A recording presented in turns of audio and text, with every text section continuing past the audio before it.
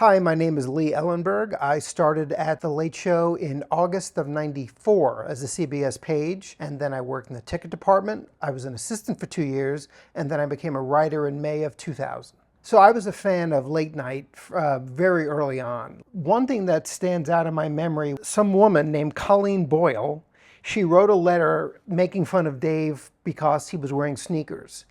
And so Dave took a camera crew to visit this woman. When that camera approached that woman, there was genuine shock in her face.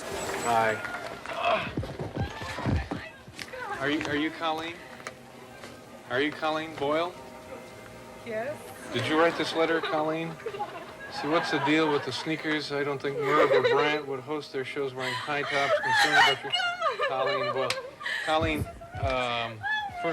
let's stop that. Come here. You didn't go in my room. We were in your room. Ask me a question about your room. You didn't go in and see my... Listen, this guy right here was sitting on your bed. Ooh.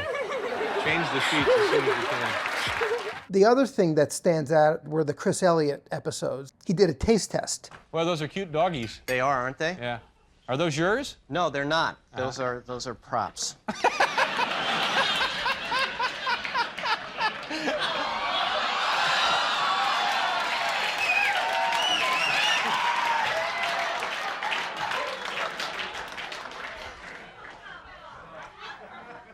Dave, I think she's right. I can't tell much difference between the two. All right. Thanks anyway, Jeff. By the time the show went to CBS, there were still a couple of pieces that aired that captured the essence of the old show very well. One was a piece that Dave did called Fun with a Car Phone. It's funny, once I started working there, I asked, how come I've never seen that piece again? And I was told that they couldn't air it because it violated FCC regulations. Good afternoon, Wynn. Yes, ma'am. I have a traffic report for you. What's that? I'm between 75 and 76th on Columbus. I'm headed south, and everything seems to be moving along okay. Okay. Will I hear that on the radio? Everything's normal? Everything seems to be okay. Was there something wrong there before? I don't know. I'm just driving through now. No, we don't we only report when things are backed up. Oh. All right. Well, I'll keep my eyes open. Okay. Thanks. Bye. Bye. Hello? The guy right out front now eating watermelon.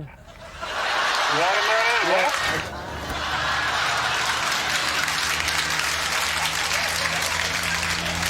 Stuff's delicious. Is there a fork, sir? Yeah, do you have a fork? Okay. No, I haven't paid yet. How much is this? You didn't pay? I haven't paid. It's $2. $2? Oh.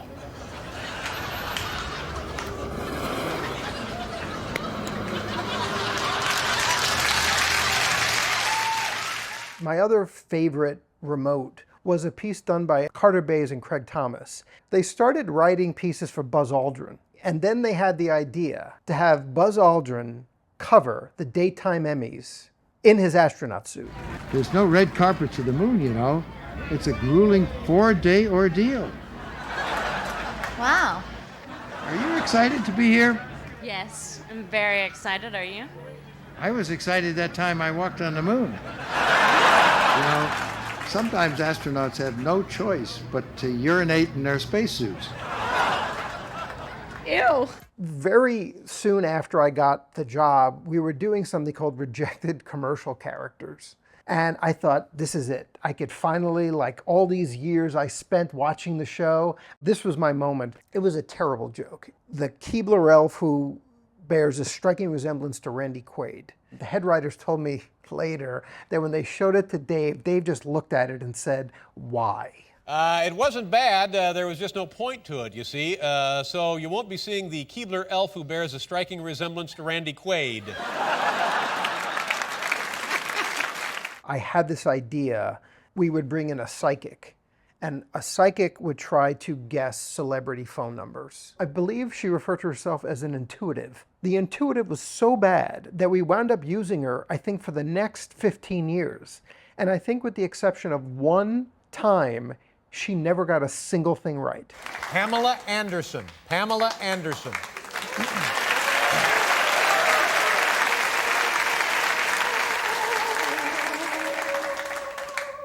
1208 3 1764. Yes, my name is Dave Letterman. I'm calling from New York City. We're doing the Late Show on CBS. Have you ever seen the Late Show on CBS with Dave Letterman? Yes, I have. Ah. I'd like to speak to Pamela Anderson, please. Pamela Anderson? Oh, I'm sure she's at this number. When do you expect her? This is Dale Store Trucking in Idaho.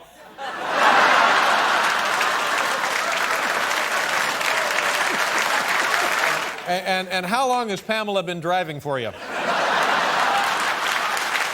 I was looking online and I found out that a man by the name of Thurl Ravencroft or Ravenscroft, I'm not sure, and my apology to the Ravencroft family or the Ravenscroft family, he was the voice of Tony the Tiger. I remember a lot of people calling me as soon as the piece aired, just because they weren't quite sure how something like this made it to air. But I remember it because it was one of the first pieces I ever wrote that I thought this could get me fired.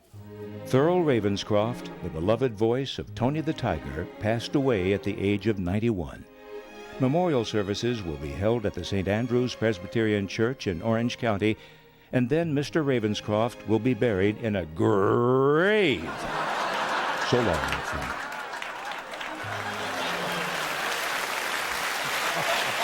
Does that seem, is that all right to do? I don't know.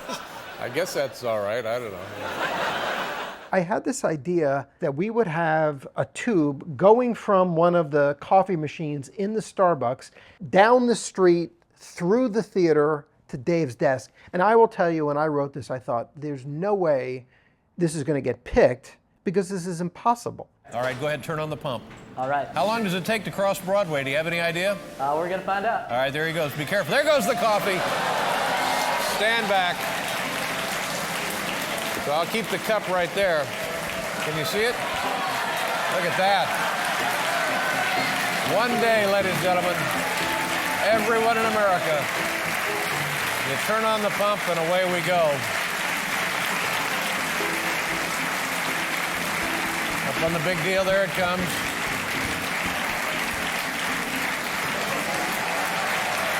Now we're rolling. Think how exciting it's going to be when it actually enters the building.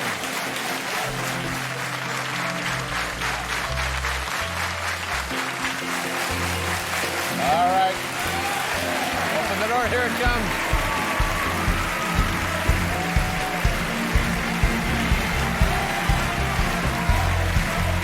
Yeah, it looks a little watered down. Oh, there, that's better.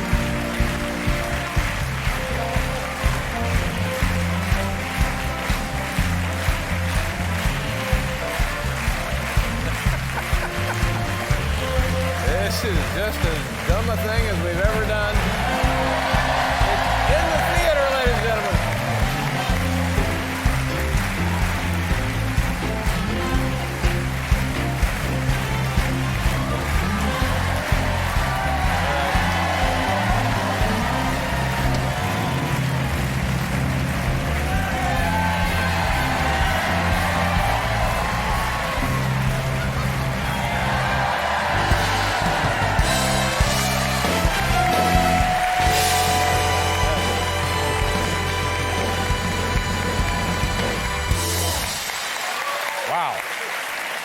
Wow. Hey, Brad. Hey, Brad, nice job. It just arrived. Oh, I'm glad. It's ice cold.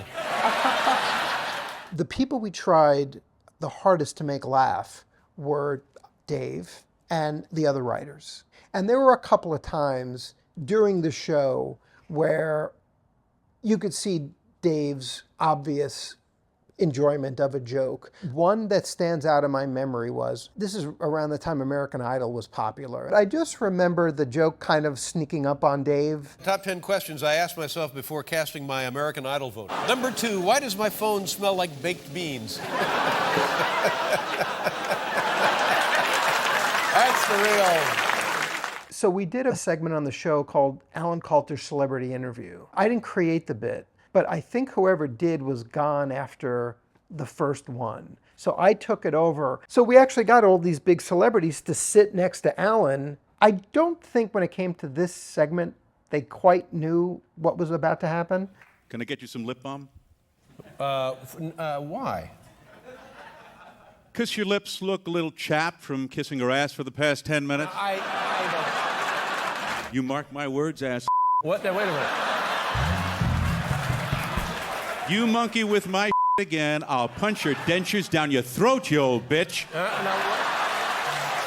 Hey, you pull this again, sister, you're out of the business. There was one I didn't write. So Joe Grossman wrote this one. It was Robert De Niro and Dustin Hoffman. It was hilarious. What was funny was Dave, I think, watched it after the show and just said, we can't air this. This is just too mean. And it was the only one that never aired. Come on, have some dignity, Letterman. If I want to see Dustin Hoffman get jerked off by a senior citizen, I'll rent The Graduate. Now, Alan, that's not exactly what happened, Alan. That is exactly what happened. Hey, you got a pencil? Do you? Yeah, I have a pencil right here. What do you? Write this down, cocknob. You gank my stash again, I'll punch your wrinkled lips so far down your throat you'll be kissing your own ass. Oh. Hey, as for you, Fonzie, you cross me again, I'll string you up by your tongue and go Jake LaMotta on your junk. You, I'm talking to you. And you, Ishtar, I'll kick your nuts so hard you won't have to tuck your sack to play Tootsie.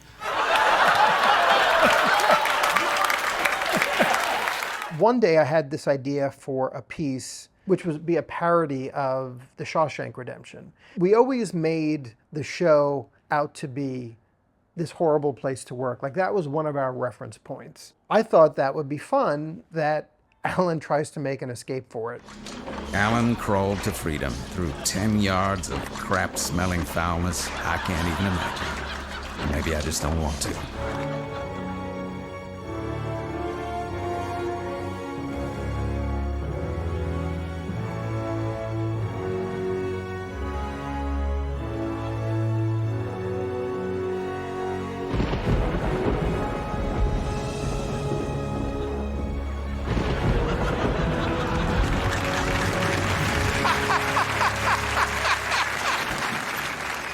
Hey, Alan, Dave's looking for you.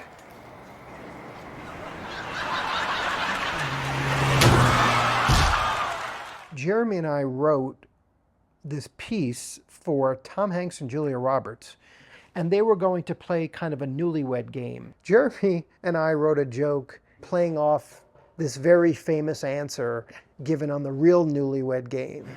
How old is Tom? With his tapes or without his tapes?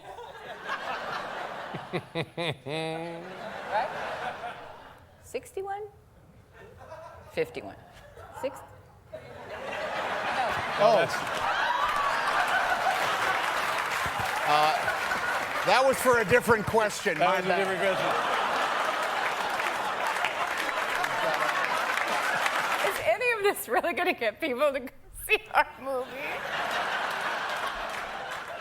Oh, yeah. Oh, yeah. Hopeless. Oh, yeah. Nobody does this show to get people to see their movie.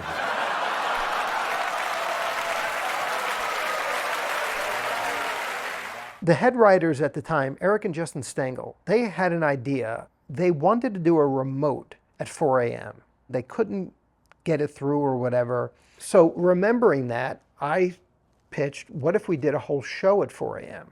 One funny story about that, Bob Borden never made it back to the show. Who are you calling? Calling Bob because Bob's asleep. He was supposed to be here an hour and a half ago. He never showed up. Who's this? Who's this? Who's this? Bob? Yeah? Bob, you asleep? No? You sure? Who's this? Are you here? Where are you? I'm in. You in the hotel? Yeah. It's 1:30.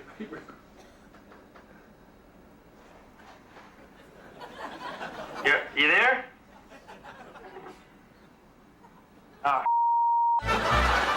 Now, this is by far the funniest thing that had ever happened as far as the writers were concerned. Paul is making a peanut butter and jelly sandwich. He turns his head. Dave runs into the kitchen without him looking, picks up the peanut butter, shakes it, runs out of frame. Paul opens the peanut butter and it explodes. So the first time they do it, Paul opens the thing and you really don't get much at all. They cranked it up all right. So then Paul opens it and he's expecting something maybe just 5% bigger. This thing exploded like the hydrogen bomb. I am not exaggerating when I tell you for 2 hours we just kept rewinding and playing that over and over and over. I need jelly.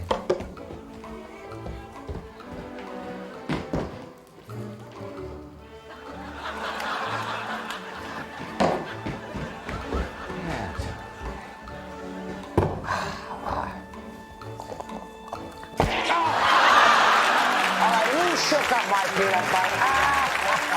You caught me, Carter and Craig wrote it to Alan Coulter. It was like, what did you do on Mother's Day?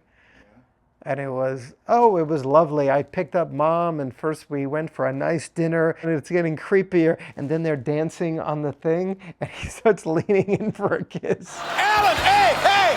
Hold it! Hold it, stop! Good God Almighty!